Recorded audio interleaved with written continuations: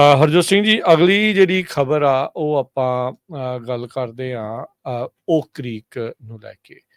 Wisconsin ਦੇ ਵਿੱਚ ਅੱਜ ਦੇ ਦਿਨ 5 ਅਗਸਤ ਨੂੰ 2012 ਦੇ ਵਿੱਚ ਇੱਕ ਵਾਈਟ ਸੁਪਰਮੇਸਿਸਟ ਦੇ ਦੁਆਰਾ ਗੁਰੂ ਘਰ 'ਚ ਆ ਕੇ ਮਾਸ ਸ਼ੂਟਿੰਗ ਕੀਤੀ ਗਈ, ਜਿਸ ਕਰਕੇ 7 ਜਾਣਿਆਂ ਦੀ ਉਸ ਟਾਈਮ ਮੌਤ ਹੋਈ ਸੀ।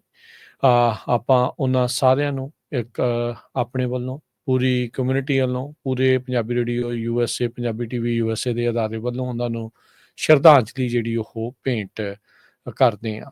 ਸੋ 5 ਅਗਸਤ ਦਾ ਉਹ ਦਿਨ ਸੀਗਾ। 40 ਸਾਲਾਂ ਦਾ ਇੱਕ ਵੇਡ ਮਾਈਕਲ ਪੇਜ ਨਾਂ ਦਾ ਜਿਹੜਾ ਬੰਦਾ ਆ, ਜੋ ਕਿ ਇੱਕ ਵਾਈਟ ਸੁਪਰਮੇਸਿਸਟ ਆਪਣੇ ਆਪ ਨੂੰ ਦੱਸਦਾ ਸੀ, ਆਰਮੀ ਵੈਟਰਨ ਵੀ ਸੀਗਾ, ਵਿਸਕੌਨਸਨ ਤੋਂ ਹੀ ਸੀਗਾ, ਕੂਡੀ ਕਰਕੇ ਸ਼ਹਿਰ ਸੀਗਾ। ਉੱਥੋਂ ਕਹਿੰਦੇ ਵੀ ਉਸਨੇ ਇਸ ਟਾਈਮ ਦੇ ਉੱਤੇ ਗੁਰੂ ਘਰ ਦੇ ਵਿੱਚ ਆ ਕੇ, ਜਿਹੜੇ ਓਕ ਕ੍ਰੀਕ ਵਿਸਕੌਨਸਨ ਦੇ ਗੁਰੂ ਘਰ 'ਚ ਆ ਕੇ ਇਸ ਗੋਲੀਕਾਂਡ ਨੂੰ ਅੰਜਾਮ ਦਿੱਤਾ ਆ। 2012 ਦੇ ਵਿੱਚ 6 ਜਾਣਿਆਂ ਦੀ ਉੱਥੇ ਹੀ ਮੌਤ ਹੋ ਗਈ ਸੀ। 7ਵਾਂ ਜਿਹੜਾ ਵਿਕਟਮ ਆ 2020 ਦੇ ਵਿੱਚ ਜਾ ਕੇ ਉਹਨਾਂ ਨੂੰ ਜਿਹੜੇ ਉਹਨਾਂ ਦਾ ਦੇਹਾਂਤ ਹੋਇਆ ਸੀ। ਮਰਨ ਵਾਲਿਆਂ ਦੇ ਵਿੱਚ ਜਿਹੜੀ ਗੁਰੂ ਘਰ ਦੇ ਵਿੱਚ ਉਸ ਟਾਈਮ ਦੇ ਉੱਤੇ ਮੌਜੂਦ ਸਨ, ਪਰਮਜੀਤ ਕੌਰ, ਸੁਬੇਗ ਸਿੰਘ ਖੱਤਰਾ, ਸਤਵੰਤ ਸਿੰਘ ਕਾਲੇਕਾ, ਰਣਜੀਤ ਸਿੰਘ, ਸੀਤਾ ਸਿੰਘ, ਪ੍ਰਕਾਸ਼ ਸਿੰਘ ਤੇ ਪੰਜਾਬ ਸਿੰਘ। ਇਹ ਜਿਹੜੇ ਆ 7 ਜਾਣਿਆਂ ਦੀ ਉਸ ਟਾਈਮ ਦੇ ਉੱਤੇ ਮੌਤ ਹੋਈ ਸੀ ਇਸ ਮਾਸ ਸ਼ੂਟਿੰਗ ਇਵੈਂਟ ਦੇ ਵਿੱਚ, ਜੋ ਕਿ ਗੁਰੂ ਘਰ ਨੂੰ ਨਿਸ਼ਾਨਾ ਜਿਹੜਾ ਆ ਉੱਥੇ ਆ ਕੇ ਬਣਾਇਆ ਗਿਆ ਸੀ। ਕਹਿੰਦੇ ਵੀ ਉਸ ਟਾਈਮ ਤਕਰੀਬਨ 11:30 ਵਜੇ ਦਾ ਇਹ ਵਕਤ ਸੀਗਾ ਜਦ ਇਹ ਘਟਨਾ ਜਿਹੜੀ ਆ, ਦੁਰਘਟਨਾ ਕਹਿ ਸਕਦੇ ਆ ਵੀ, ਇਹ ਵਾਪਰੀ, ਜਦ ਇਸ ਬੰਦੇ ਨੇ ਆ ਕੇ ਅੰਨ੍ਹੇਵਾਹ ਉੱਥੇ ਗੋਲੀਆਂ ਜਿਹੜੀਆਂ ਉਹ ਚਲਾਈਆਂ। ਸੋ ਆਪਾਂ ਇੱਕ ਵਾਰੀ ਫੇਰ ਉਹਨਾਂ ਨੂੰ ਜਿਹੜੀ ਉਹ ਸ਼ਰਧਾਂਜਲੀ ਭੇਂਟ ਜਿਹੜੀ ਉਹ ਕਰਦੇ ਆ।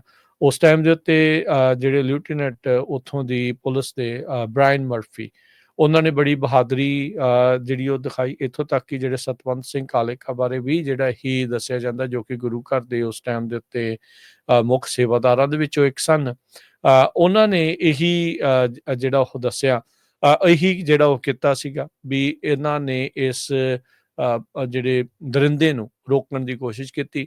ਜਿਹੜੇ ਲਿeutenant ਸੀਗੇ ਉਸ ਟਾਈਮ ਦੇ ਉੱਤੇ ਪੁਲਿਸ ਦੇ, ਬ੍ਰਾਇਨ ਮਰਫੀ, ਉਹਨਾਂ ਦੇ ਆਪਣੇ ਕਈ ਗੋਲੀਆਂ ਲੱਗੀਆਂ, ਉਹ ਆਪ ਉਹਨਾਂ ਦਾ ਬਚਾਅ ਹੋ ਗਿਆ, ਪਰ ਉਹਨਾਂ ਨੇ ਉਸ ਨੂੰ ਮਾਈਕਲ ਵੇਡ ਪੇਜ ਜਿਹੜਾ ਸੀਗਾ ਉਸ ਨੂੰ ਢੇਰ ਕਰ ਦਿੱਤਾ। ਨਹੀਂ ਤਾਂ ਇਹ ਆંકੜਾ ਹੋਰ ਵੀ ਜ਼ਿਆਦਾ ਵੱਡਾ ਹੋ ਸਕਦਾ ਸੀ।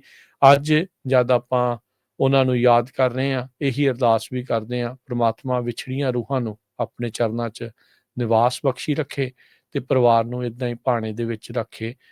ਕਮਿਊਨਿਟੀ ਅਜਿਹੀਆਂ ਇੰਸੀਡੈਂਟਸ ਦੇ ਨਾਲ ਇੱਕ ਵਾਰੀ ਸ਼ੇਕ ਜ਼ਰੂਰ ਹੁੰਦੀ ਆ, ਪਰ ਇਹ ਆ ਵੀ ਸਟਰੋਂਗ ਵੀ ਉਸ ਦੇ ਨਾਲ ਹੁੰਦੀ ਆ। ਸੋ ਆਪਾਂ ਮਜ਼ਬੂਤੀ, ਏਕਤਾ ਤੇ ਇਸ ਦੇ ਵਿੱਚ ਆਪਣੇ ਆਪ ਨੂੰ ਕਿੱਦਾਂ ਬਚਾ ਕੇ ਰੱਖਣਾ ਆ, ਇਹ ਬਹੁਤ ਸਾਰੀਆਂ ਚੀਜ਼ਾਂ ਇਸ ਇੰਸੀਡੈਂਟ ਤੋਂ ਬਾਅਦ ਦੇ ਵਿੱਚ ਲਰਨ ਕੀਤੀਆਂ। ਬਿਲਕੁਲ 13 ਸਾਲ ਹੋ ਗਏ ਹੈਗੇ ਆ। ਸੋ ਜਿੰਨੇ ਵੀ ਸਾਡੇ ਪੰਜਾਬੀ ਰੇਡੀਓ USA ਟੀਮ ਵੱਲੋਂ ਆਪਾਂ ਸਾਰਿਆਂ ਨੂੰ ਯਾਦ ਕਰਦੇ ਹਾਂ, ਸ਼ਰਧਾਂਜਲੀ ਭੇਟ ਕਰਦੇ ਹਾਂ, ਤੇ ਨਾਲ ਦੀ ਨਾਲ ਜਿਹੜੇ ਆਪਣੇ ਸਰੋਤੇ ਆ ਤੇ ਗੁਰੂ ਘਰ ਕਮੇਟੀਆਂ, ਉਹਨਾਂ ਨੂੰ ਵੀ ਬੇਨਤੀ ਕਰਦੇ ਵੀ ਭਾਈ ਅੱਜ ਦੇ ਦਿਨ ਇਹ ਵਾਪਰਿਆ ਸੀ 13 ਸਾਲ ਪਹਿਲਾਂ, ਜ਼ਰੂਰ ਅਰਦਾਸ ਜ਼ਰੂਰ ਕਰੋ ਉਹਨਾਂ ਦੀ ਯਾਦ ਦੇ ਵਿੱਚ, ਤਾਂ ਕਿ ਯਾਦ ਰੱਖਿਆ ਜਾਵੇ ਵੀ ਸਾਡੇ ਨਾਲ ਇਹ ਕੁਛ ਹੋਇਆ ਸੀ, ਤੇ ਫਿਊਚਰ ਦੇ ਵਿੱਚ ਆਪਾਂ ਅਰਦਾਸ ਕਰੀਏ ਇੱਦਾਂ ਦੀ ਚੀਜ਼ ਕਿਸੇ ਵੀ ਕਮਿਊਨਿਟੀ ਦੇ ਨਾਲ ਨਾ ਵਾਪਰੇ। ਜੀ।